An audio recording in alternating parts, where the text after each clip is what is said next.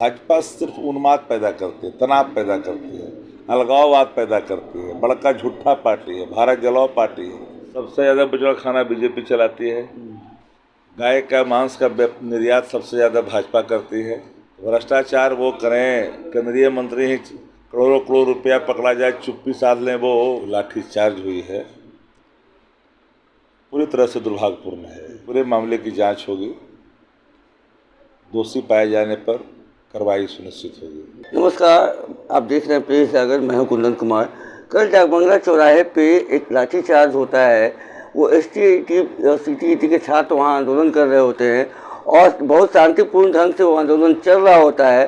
3-4 घंटे से वहाँ पे छात्र जो है जमा होते हैं, लेकिन अचानक क्या होता है कि एकदम से भगदड़ मच जाती है और लाठी चार्ज तक करना पड़ जाता है। यही बात जानने के लिए हम यहाँ पे मौजूद हैं। शक्ति सिंह जी हमारे साथ हैं और उनसे जानते हैं कि ऐसा क्या हुआ कि लाठी चार्ज करने की नौबत आ गई। सर, कल की जो घटना है, जो लाठी चार्ज हुई है, पूरी तरह से दुर्भाग्यपूर्ण है। तो एसपी जी ने स्पष्ट कह दिया कि बिहार के उप मुख्यमंत्री हैं, सरकार ने भी आदेश जारी कर दिया। पूरे मामले की जांच होगी, दोषी पाए जाने पर कार्रवाई सुनिश्चित होगी। कल मैंने 3 बातें कही थी कि वीडियो फुटेज को देखा जाएगा, जो दोषी होगा उस पर कार्रवाई होगी।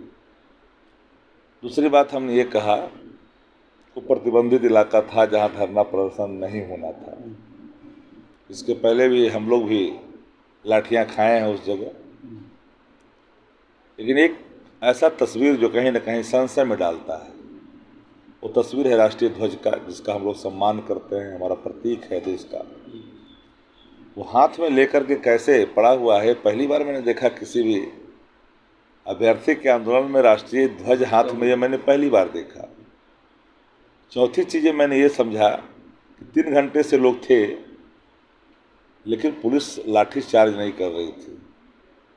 पूरे मामले में बजरंग दल, विश्व हिंदू परिषद, भारतीय जनता पार्टी के कार्यकर्ता घुस करके उसकाने का काम किया है। हमसे जो गलती होगी वह पंच कर दीजिएगा, शिवसेना नहीं। तो पूरे मामले में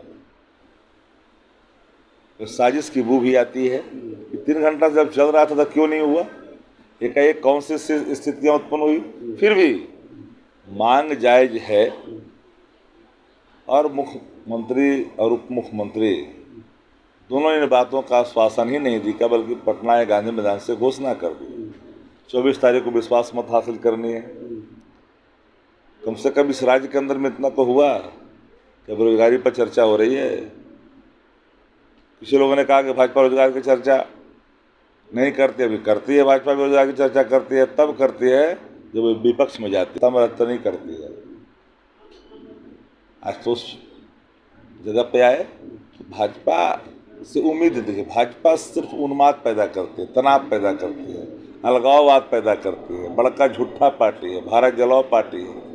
अपेक्षा ही नहीं की जा सकती। समाज में ताना बाना को कायम रखने के लिए, गंगा जमुनी तहजीब को कायम रखना बड़ी चुनौती होती है, जिसको विखंडित करने का काम भाजपा कर रही है देश भर में।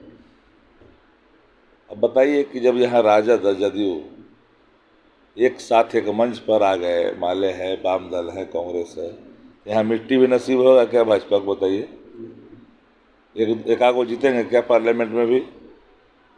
तो यहीं से लगाम लग जाएगा सरकार इनका, कैसे बनेगा दिल्ली में? 3 महीने से ये बच्चे जो हैं गर्दनी बाग में, जब बीजेपी जदयू की सरकार थी उस समय, तो वो धरना प्रदर्शन दे रहे थे वहाँ पे शांति ढंग से। अचानक आपका सरकार आया और ये उस जगह पे चले गए जहाँ पे प्रतिबंधित है, वहाँ पे करने लगे। और ये एक बार जान लीजिए, जायज मांग है छात्रों की, लाठीचार्ज निंदनीय है।